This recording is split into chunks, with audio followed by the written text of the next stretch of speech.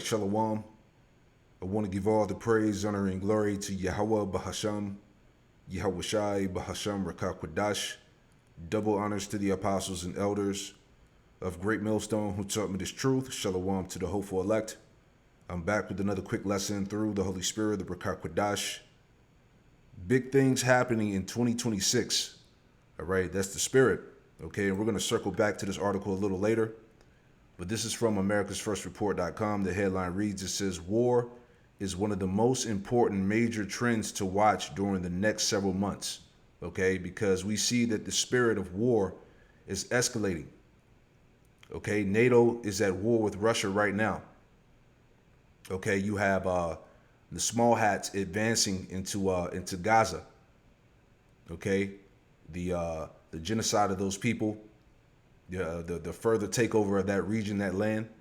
Okay, so these are things that we're going to pay attention to in the next several months. All right, the economy, the pushing of the MOTB, all those various things. Right now, before we come back to this, I want to get into this lesson here, going into hate, war, and persecution.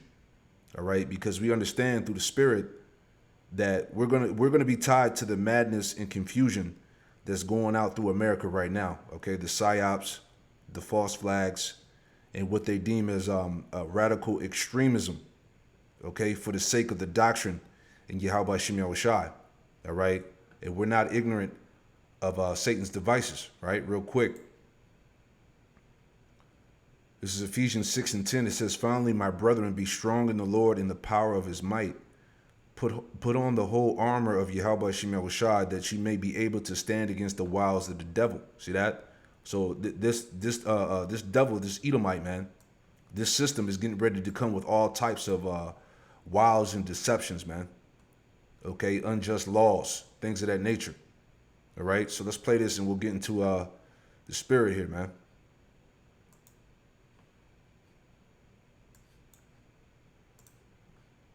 There's free speech and then there's hate speech. And there is no place, especially now, especially after what happened to Charlie, in our society. Do you see more law enforcement going after these groups who are using hate speech and putting cuffs on people, so we show them that some action is better than no action? We will absolutely target you, go after you, if you are targeting anyone with hate speech, anything. And that's across the aisle. There's free speech and then there's hate speech. And there is no place, especially now, especially after what happened to Charlie, in our society. Do you see more law enforcement going after these groups who are using hate speech and putting cuffs on people, so we show them that some action is better than no action? We will absolutely target you, go after you, if you are targeting anyone with hate speech, anything. And that's across the aisle. See? So they're getting ready to come. Okay, Revelation 12:12. All right?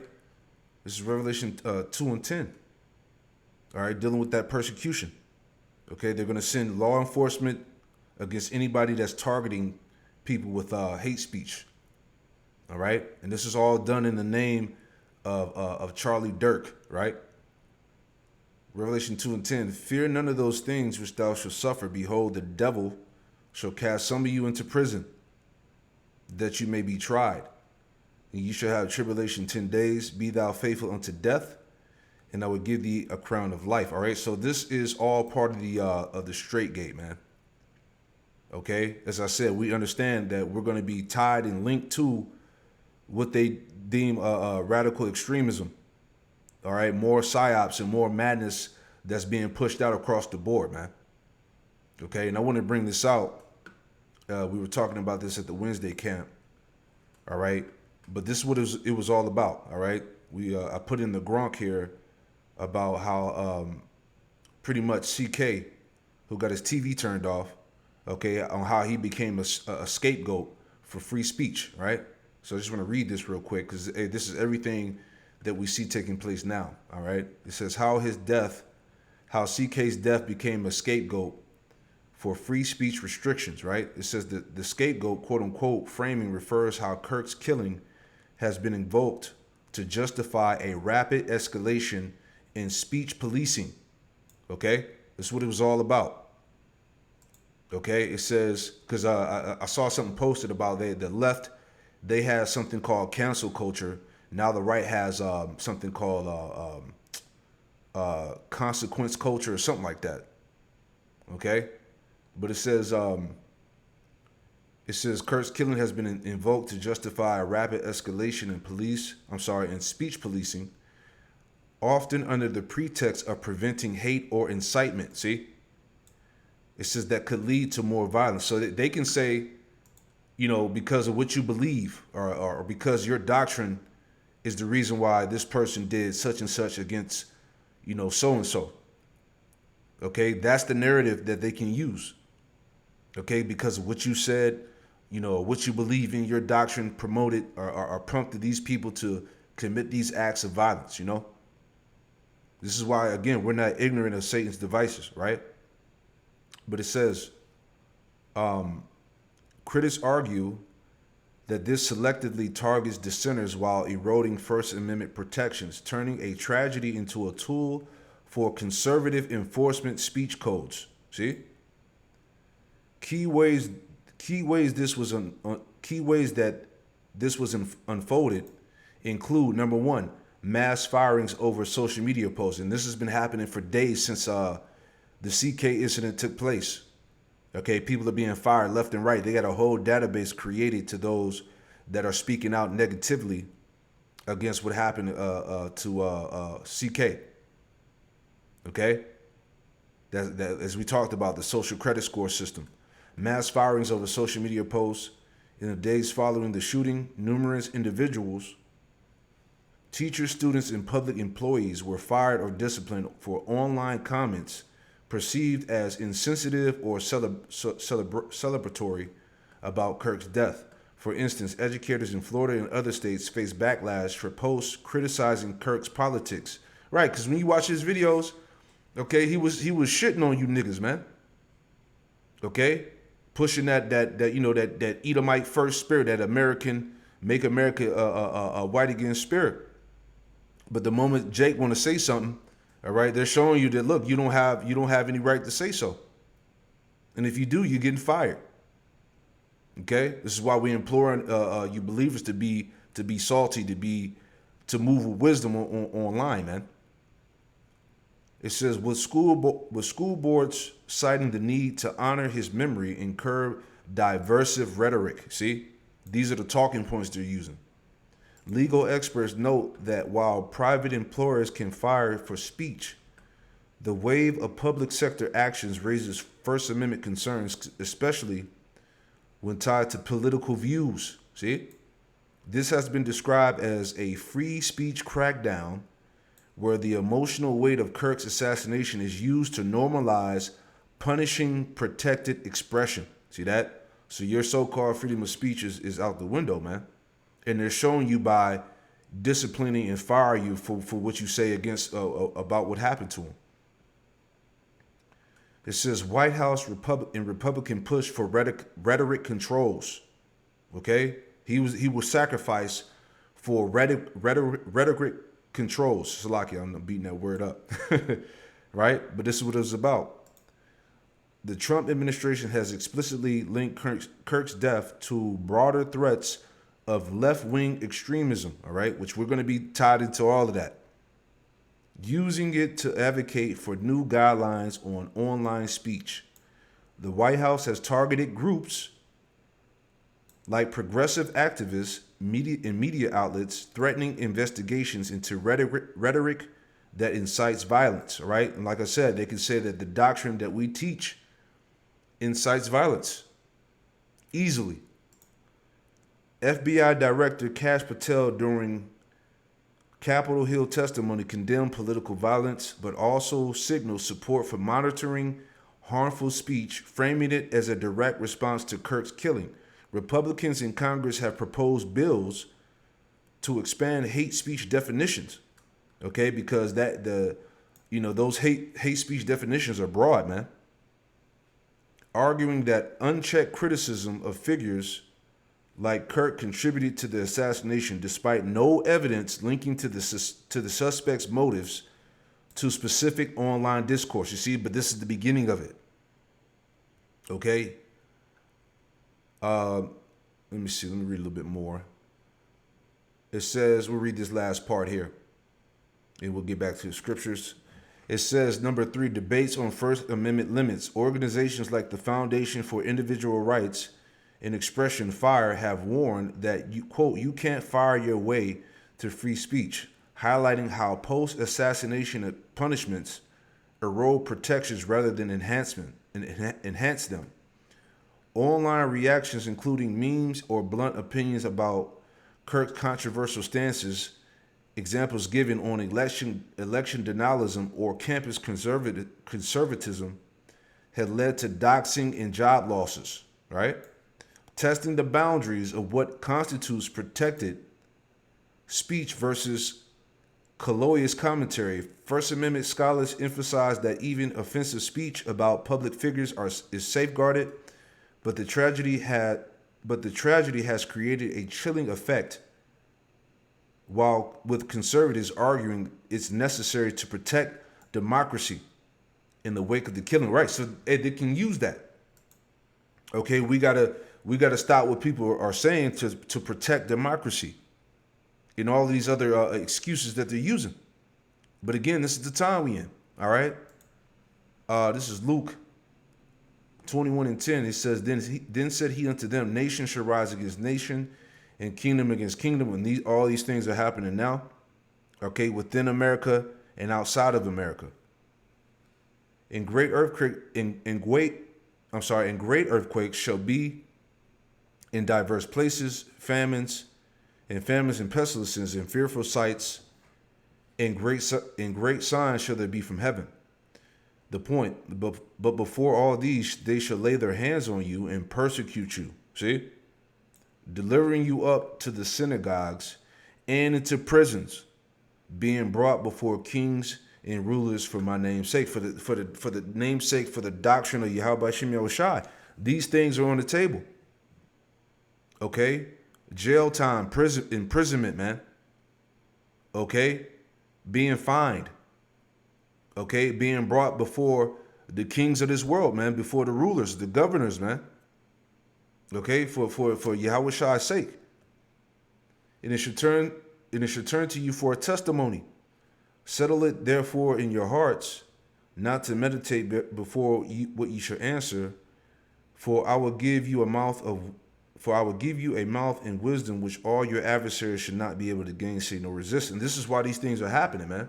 Because ultimately, this devil can do nothing against the truth, but before the truth, man. Okay, so look, now it's like, look, we can get you now for what you say, what they deem as harmful rhetoric. Okay, hate speech. Okay, Amos, because this is part of the fight. This is the straight gate again, in which we are beginning to enter into. Amos 5:10, they hate him that rebuketh in the gate, and they abhor him that speaketh uprightly. Right. This is talking about the prophets, man. Okay. They hate the fact that their kingdom is being pronounced for destruction, man. That his society is falling. Okay. That he's going down. Okay. We had the upright conversation. They want to get rid of that. But now they have to play these games, as we were talking about. They have to play that villain role, that victim and villain role, okay, to really push what they really want to do. Okay, because in the irony of all of this, right, as we said before, all right, just bringing this out too again, this is from the 404media.co. It says, Department of Justice deletes study showing domestic terrorists are most often right-wing. See that? He can't get away. Okay, this is the man of violence, right? So she's talking about, what did she say? She's talking about, we will absolutely target you and go after you if you're targeting anyone with hate speech. So as she's saying this, okay, hey, the so-called white man is in the forefront of all the violence that's going on in America, man. But as we see the shift, as we talked about, is being put on Jake. Okay, most of everything that's going on, dealing with the domestic violence is most often right wing, and they try to delete this the study. Okay, these devils are through, man. It says the Department of Justice has removed a study showing that white supremacists and far right violence continues to outpace all other types of in domestic violent extremism in the United States. So when you Edomites is talking about, white man, stand up and fight against who? Okay, your own damn self. Okay, you're in the fourth. You're really, when it comes to the stats, okay, and the statistics and surveys. Hey, you're the ones that's the Hall of Fame of this shit, man. Okay, and the rest reads on. Okay, so I can't read the rest. All right, but you get it. All right, again, this is the man of violence. Let's get that. Okay, this is who he is. This is Psalm. Let's go to that. Psalm 140 and verse 1. And it reads, it says, deliver me, O Lord, from the evil man. Preserve me from the violent man. That's the Edomite, man. Which imagine mischiefs in their heart. Continually are they gathered together for war. And that's what's going on, man. Okay? Them being, the so-called right wing being the most, the domestic tease. Okay? The violence that's going on in the land, the trafficking of kids. Okay? All this madness that they won't give account of, man. But at the same time, okay, they're trying to, find a way to blame Jake for it all. Okay? So again, we're not ignorant of Satan's devices, man. Hey, shit is getting ready to go down. All right, things are most definitely heating up, right? It says, Psalms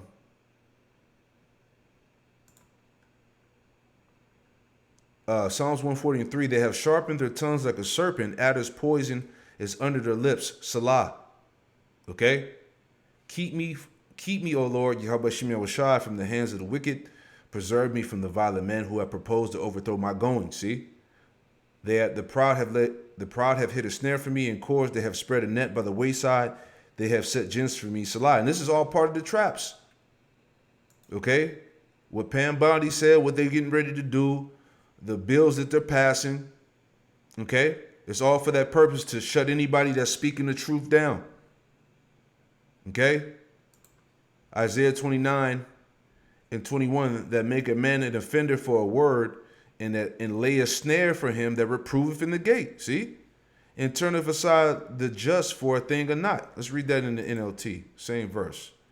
Isaiah 29 and 21. NLT. Those who convict the innocent by their false testimony will disappear. A similar fate awaits those who use trickery to pervert justice and who tells lies to destroy the innocent, right? So that's what it's all about. All right? A way to condemn the righteous, right? Ooh, let me get that in Psalm 94 as well. All right? To condemn the innocent blood, it says, right? So we know what this devil is up to, man. Okay? We're just preparing you believers to get ready to go through the battle, man. To put on the whole armor, to be fully equipped, all right, for war.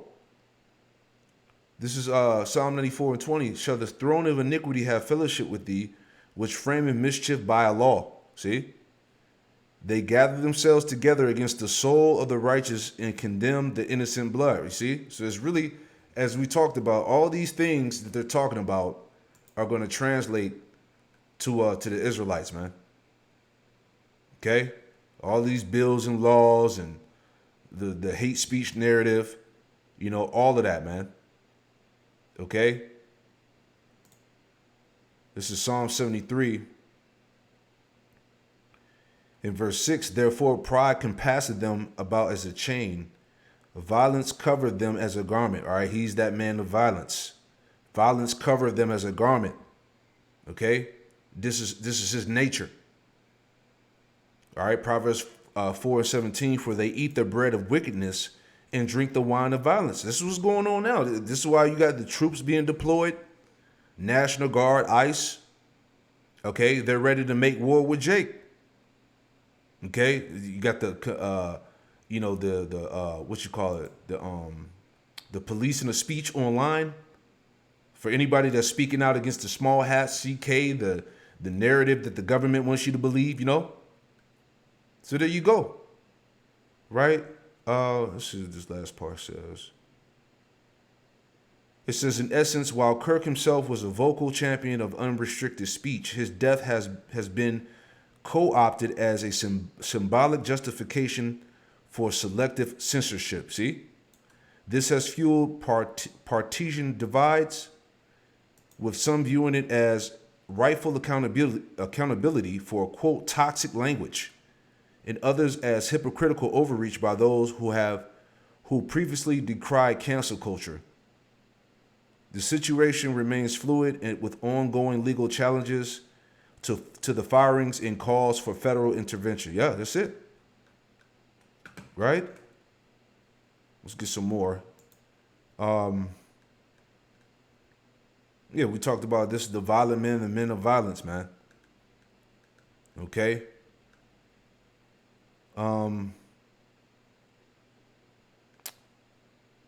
Yep. Jeremiah 51:46, unless your heart faint and you fear for the rumor that should be heard in the land, a rumor should both come 1 year, and after that another year should come a rumor, and violence in the land, ruler against ruler. So that's going on now. Egyptian versus Egyptian. All right, the divide amongst, the so-called, Republican and Democrat, red versus blue. All right, the left versus right, Ezekiel 7:11, violence is risen up into a rod of wickedness. None of them shall remain, nor of their multitude, nor of any of theirs, neither shall there be dwelling for them, right? So violence is getting ready to consume this land, right? Ezekiel 7:23, make a chain, for the land is full of bloody crimes, and the city is full of violence, all right? And that's the turnout for Babylon as we see it, man. Okay? So again, the persecution is at the doorstep, all right? John 15:18, if the world hates you, you know that it hated me before it hated you. If you were of the world would love his own, but because you are not of the world, but I have chosen you out of the world, therefore the world hated you. And we expect that, man. Okay? Remember the word that I said unto you, that the servant is not greater than his Lord. If they have persecuted me, they will also persecute you. If they have kept my saying, they will keep yours also. All right. So as we read, the servant is not greater than his Lord. Okay. So we see it, man. It's the point. We see how we're going to be tied into, again, the psyops and false flags. Okay. The radical extremism and all of that. Okay. So let's move on to my next point. Because again, we're talking about the hate, war, and persecution. All right. And like Elder Apostle Tahar said, he sees big things happening in 2026. All right. But coming back to this article here. Okay. Again, from the America's First Report, war is one of the most important major trends to watch during the next several months. Okay. And when you go through this article, it talks about what I had listed. All right. Dealing with number one here. All right. With the expansion on Gaza. Okay, and this war with the small hats, tens of thousands. So this is about 9 hours ago. Tens of thousands forced to flee Gaza amid Israeli escalation. All right, more escalation of what? Of war. All right. Military is systematically targeting dense. Good to see you. The Israeli military is systematically targeting densely populated neighborhoods in northern Gaza. Its aim is to make Gaza City the last urban center uninhabitable.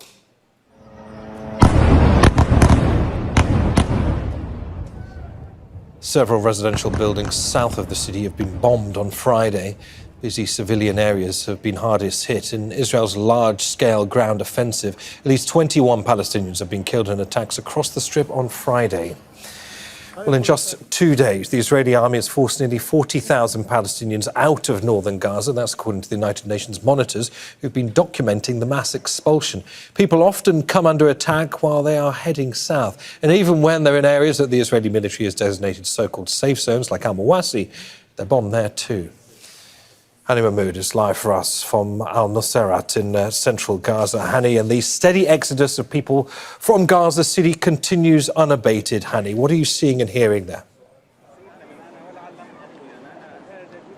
We're seeing more people making their way to central and southern part of the Strip, very exhausted, very tired, very traumatized of the experience they have. We can't help but hearing all the time we are here, hearing people talking about the horror that they experienced as of last night and early hours this morning as they literally ran for their life. We're seeing them carrying whatever their hands were able to catch any of their belongings in their home before they were bombed and before the explosive robots were detonated near their areas. They are making it very difficult for them to move. Now, more of the urban side of Gaza City, the center part of the city center, more of the densely populated neighborhoods came under heavy artillery and a mixture of the airstrikes and the drone attacks, let alone the quadcopters that are being deployed at a very dense number in between buildings and neighborhood and displacement sites, just casting fear, panic among the displaced families who have no other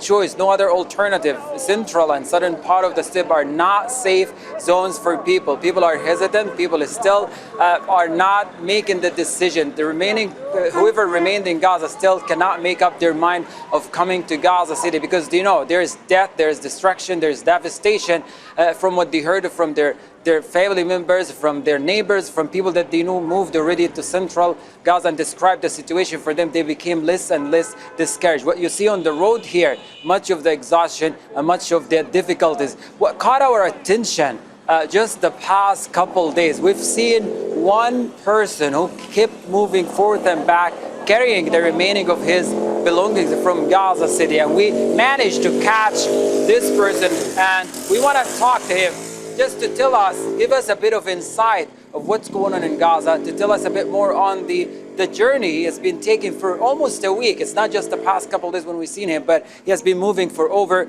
a week. This is a displaced Palestinians from a Sheikh Radwan district, Nizar, who's been going on forth and back, carrying the remaining of his stuff. Nizar, yatik al-afia. Nizar, thank you for talking to us. Yeah, so, you know, we already know what's going on as we, you know, brought it out in the last lesson. You know, guy from Secular News was going into the sniping of children, okay, towns being blown up, all right. So this devil, he's showing no mercy, and that was the plan the whole time, to pretty much cleanse the land, okay, so they can take over the entire land, man, all right. But as the scriptures say, as he showed no mercy, right, he's not going to receive mercy, right? This is James 2:13. Okay, James 2:13, for he shall have judgment without mercy, that have showed no mercy, and mercy rejoiceth against judgment, right? And see, this is the time, as we're talking about, you know, Esau has now, you know, he's realizing that now he's the, you know, the problem, and now he's playing the victim because, hey, the world is beginning to stand up, as we talked about, man. You know, these things are being called out, okay? So we're seeing it all, you know, transpire to total chaos. Okay, Ecclesiastes 3:8, a time to love, a time to hate, a time of war, and a time of peace, man. So this is what we're talking about here, man. Okay, because this whole situation that's going on anyway, okay, is going to cause for you know, to Russia to get involved. All right, in America, at the least of the flock should draw them out. Okay, you have the dragons of Arabia that are being raised up in that region because what's going on right now. Okay. Jeremiah 15:45, therefore hear ye the counsel of the Lord, Yahweh Shem Shai, that have taken against Babylon and his purposes that he had proposed against the land of the Chaldeans. Surely the least of the flock shall draw them out. Surely he should make their habitations desolate with them, right? So this is the time where America is going to be drawn into nuclear war. Okay? America and Israel, you know? At the noise of the taking of Babylon, the earth is moved, and the cry is heard among the nations. Right. So, because when Babylon when Babylon falls, the whole world is going to rejoice. It's going to be heard around the world. Here's some more. Okay. NATO countries downing Russian drones over Ukraine to mean war with Russia. Let's play a little bit of that as well. Because what we're talking about, war is one of the most important major trends to watch during the next several months. All right. Hey, this chip can be pushed quick. Okay, because before nuclear war takes off, they got to push that chip. Okay. Well, earlier this morning, the Russian military slamming targets in Kharkiv, air raid sirens across Kiev.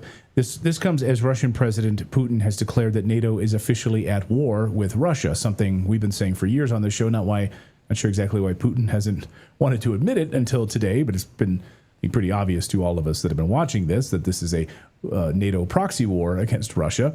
Meanwhile, President Trump flying to the EU, and as he was leaving, he told reporters that Zelensky needs to do a deal with Russia right now. And he said he'll have to sit in between Putin and Zelensky because they hate each other. Watch.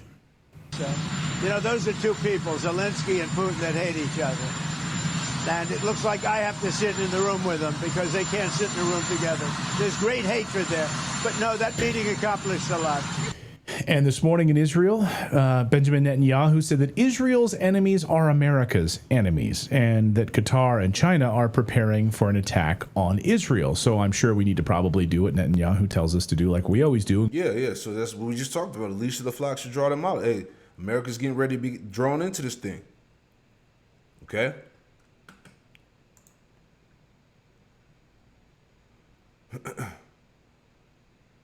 Bear with me. Go to war with both of them. Great. Right now, listen. And we will have to do. Hold on, let me play that back. Bear with me. All right, let's get this going. Who tells us to do like we always do and go to war with both of them. Great. Right now, listen. And we will have to do several things to break loose from this siege that is organized by a few states. One is China, and the other is Qatar. And they are organizing an attack on Israel, legitimacy. Okay. Colonel Douglas McGregor. Always. We made some new enemies, Colonel. Yeah. Here Not we go. surprising. It's China and Qatar now. We need to take care of them, but we'll get to that in a second. Colonel, great to see you. Hey, good to see you both. All right. What do you make of, first, let's talk about Russia here. President Putin saying that NATO is at war with Russia. President Trump flying there now. I don't know if what sort of peace agreement he's hoping to put in place, if anything, at this point, on his trip to the EU. I don't know if Zelensky's going to show up there. They're going to have a meeting.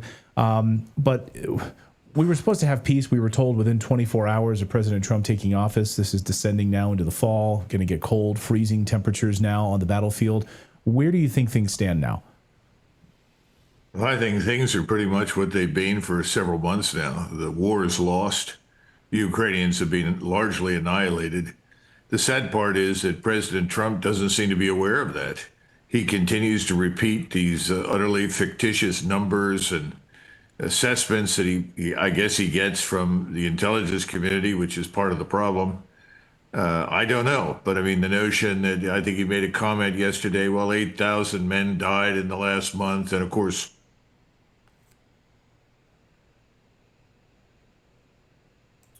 bear with me. Most of them were Russian, but still it's bad. You know, the Russians have been taking losses in single and double digits now for several months. The Ukrainians are losing thousands of people every week. This is just a slaughter.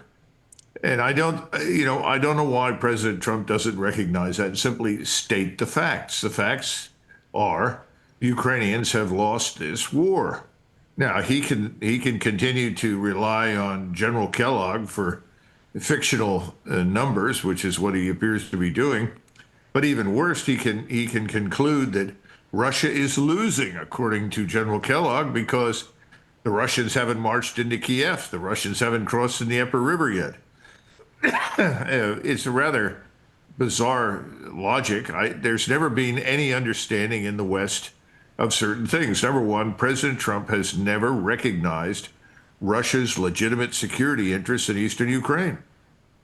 He doesn't seem to understand that once we staged the coup in 2014, the war in Ukraine against Russians began almost immediately.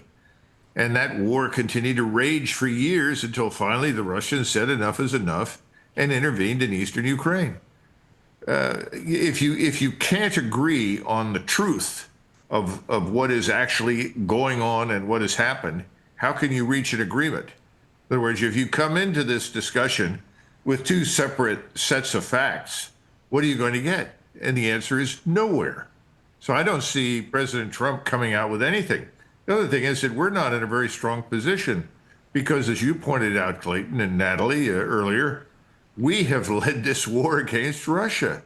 All you have to do is go back to Biden. And now President Trump sounds just like Biden. Biden said in March, we've got to break Russia. It's not enough to harm Russia. We have to break it, destroy its economy. You know, we've got to rubble the ruble, remember? And then ultimately we've got to get rid of Putin. Good Lord.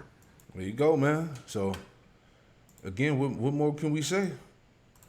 Prophecy is what's happening. It's going down. Isaiah 13. Real quick.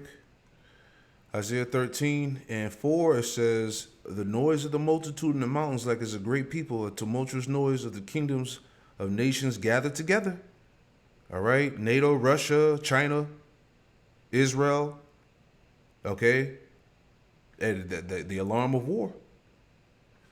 Right? It says, in the tumultuous noise of the kingdoms of nations gathered together, the Lord, Yahweh Shem Yahushua of hosts, muster of the host of battle. It's the Lord, man. Okay? Big things definitely happen in 2026. They come from a far country, from the end of heaven, even the Lord, Yahweh Shem Yahushua, and the weapons of his indignation to destroy the whole land. That whole land is America, Babylon. How ye, for the day of the Lord, Yahweh Shem Yahushua is at hand, it shall come as a destruction from the Almighty, man. All right? So yeah, time is running out. All right, so yeah, I pray that this lesson was edifying, man. Just the time and season, hate, war and persecution. Okay? Shalom to the next one. Shalom.